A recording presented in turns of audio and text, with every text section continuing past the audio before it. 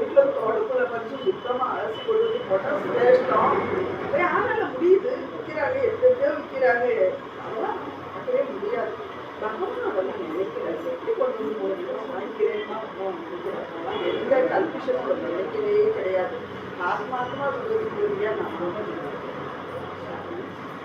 தர்ம பாண்டவ யுத்தம் வருதுல்ல, பாண்டவ யுத்தம் வருதுல்ல, அப்போ முடிஞ்ச பிறகுதான் களி தொடங்கும். களி தொடங்கும் போது தான் அபிமன்யோட பேரன் பரீட்சித்து தான் நாட்டை ஆளுறாரு. நாட்டை தர்மம் அப்படியா சொல்லுவோம். நம்ம பற்றி இருக்கும் அப்படின்னா நம்ம இருப்போம். நம்ம நல்லா சொல்லி கொடுத்தா குழந்தை செய்யணும். நம்ம அம்மா சொல்லி கொடுத்தா, நம்ம அம்மா சொல்லி கொடுத்தாங்க செய்யக்கூடாது, நம்ம செய்ய தோணாலும் செய்யக்கூடாது. அப்போ ஒரு குலத்தை வச்சுதான் ஒரு குழந்தை இருக்கும். அம்மா எப்படி இருக்காரோ படுத்த பாட்டு கொடுக்கறதுக்கு சொல்லுவாங்க. அம்மா எப்படி இருக்காரோ, அம்மாச்சி எப்படி இருக்காரோ, பாப்பா எப்படி இருக்காரோ, அம்மா போல அந்த குழந்தை வந்துட்டே இருக்கும். அந்த குழந்தை தானே வந்துட்டே இருக்கும். அப்போ மனுஷத்து ஏற்பட்ட குழந்தை அது சொல்லுங்க. அவ்வளோ பெருமை பண்ணா எல்லாத்தையும் கஷ்டத்தை எல்லாம் தாண்டி தாண்டி தாண்டி தாண்டி கடந்து வந்து காப்பாற்றினான். வந்து காப்பாற்றினான்.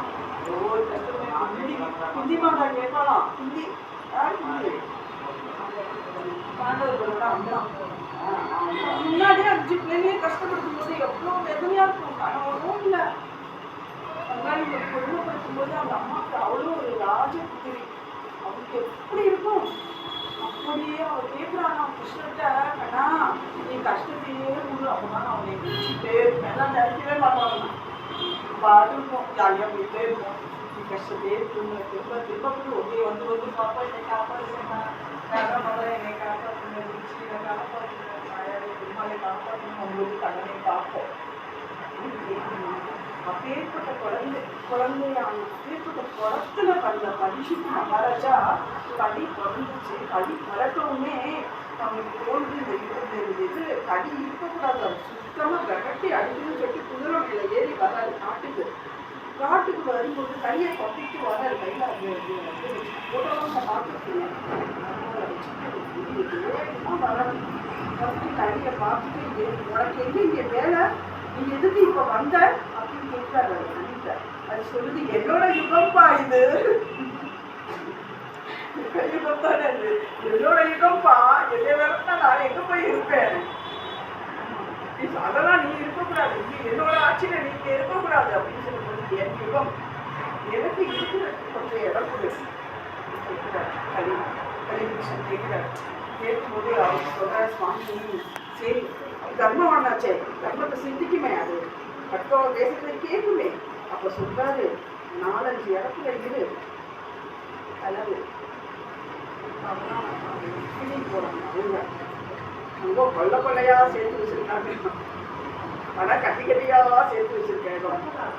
இன்னொரு இடம் 5 இடத்துல நீ போய் வாசம் செய்யலாம். சரியா?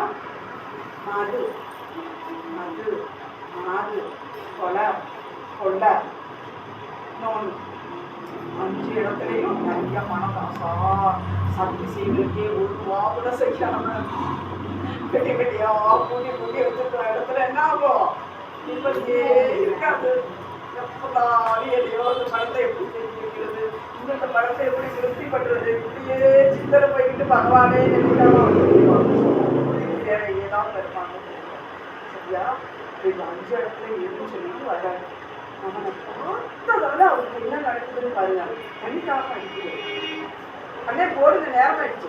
தண்ணிக்காக அடிக்குது. தண்ணிக்காக அடிக்கும்போது ஒரு ரிஷிமுனி உட்காந்துருக்காரு. உட்காந்துருக்கும் போது அவருக்கு போய் ரிஷி எப்படி தப்பு பண்ணிட்டு இருப்பாரு. அவருக்கு போய் தண்ணியெல்லாம் தருவாரா, அவர் தண்ணியெல்லாம் நடந்து பகவான் குடிச்சிட்டு இருக்காரு. ரிஷிகிட்ட போய், சுவாமி எனக்கு தண்ணி வேணும் அப்படின்னு கேட்கிறாரு. கேட்கும்போது என்ன பதிலே சொல்லியா கையை பார்த்துட்டு அப்புறம் முச்சம் என்ன பண்ணும் நமக்கு சரியா? அவ்வளோ பார்க்க கூட கூடாதுன்னு சொல்லுவாரு. சமுத்திர பக்கத்துல கூட நின்றாத வந்து ஒட்டிக்கும் அப்படின்னு சொல்லுவாரு. அப்போ என்ன பண்ணுவாரு, அந்த ஒரு செட்ட பாம்பு கீழே கிடைக்குது. அந்த மண்ணு கிளம்பி விஷ்ணுவோட பையன் வந்து பார்க்கலாம். பார்த்துட்டு நம்ம அப்பா படிக்கிற எவ்வளோ வரும் பார்க்கும்போது யாருன்னு பார்க்கும்போது பரீட்சைக்கு நாட்டாக மகாராஜன் என் குழந்தை கண்டுபிடிச்சு இருந்துருக்கு. உடனே கோவம் வந்து இந்த பையன் என்ன சாமம் வருவான். இன்னையிலேருந்து 7 நாள் வரைக்கும் தான் வந்து 7 நாள் கழிச்சு பகவான் அடைஞ்சுவார். எந்த பாம்பை நீ போட்டியோ அந்த பச்சைவந்த பாம்பாலே கீழே போட்டு அவங்க அப்பா முடிச்சு பார்க்குறாரு. ஒரு குழந்தை சாப்பம் இப்பேற்பட்ட மகாராஜத்தை போய் நீ இப்படி பண்ணிட்டியப்பா, இப்படி அபச்சாரம் பண்ணிட்டியப்பா அப்படின்னு சொல்லும்போது பரிசுத்த மகாராஜா இங்க வேதனைப்படுறாராம். அப்படின்னா நம்ம ஒண்ணுமே செய்யாத ஒரு கருத்துல போய் நம்ம மலை கொடுத்துட்டே இவரும் வருத்தப்படுறாரு, அவனும் வருத்தப்படுறாரு. சரி சொல்லிட்டு தன் மகன் ஜனமே ஜனத்தை கொண்டு போய் பதவி அப்படி ஒப்படைச்சிட்டு கிளம்பிடுறாரு. ரெண்டு ஒடியாடுறாரு. அவனும் கிடைக்கும் பாவமும் ஒடியாடுறாங்க. அதனால கஷ்டம் வந்தா என்ன அர்த்தம்? பகவான் அனுகிரகம்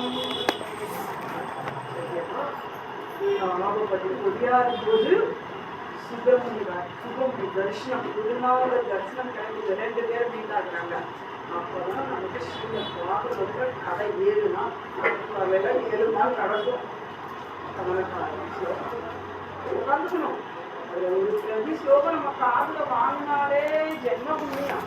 சரிப்பா, ஸ்ரீமத் பாகவதம்ன்ற புக்கை வீட்டில் வச்சாலே புண்ணியம். கண்ணன் குடியிருப்பான். அந்த பாகவதத்தை படிக்க கூட வேணாம். அந்த புக்கை வாங்கி வச்சு 2 கிருஷ்ணா 2 வீட்டில் கொடுக்குற ஒரு அட்டியவோ 2 மல்லியவோ 2 சங்கு கூட எடுத்து கிருஷ்ணா இருந்தாலே அந்த இடத்துல கிருஷ்ணன் வாசம் செய்யணும்ன்றது எல்லாரும் பகவான் வேண்டிட்டு ஜீவன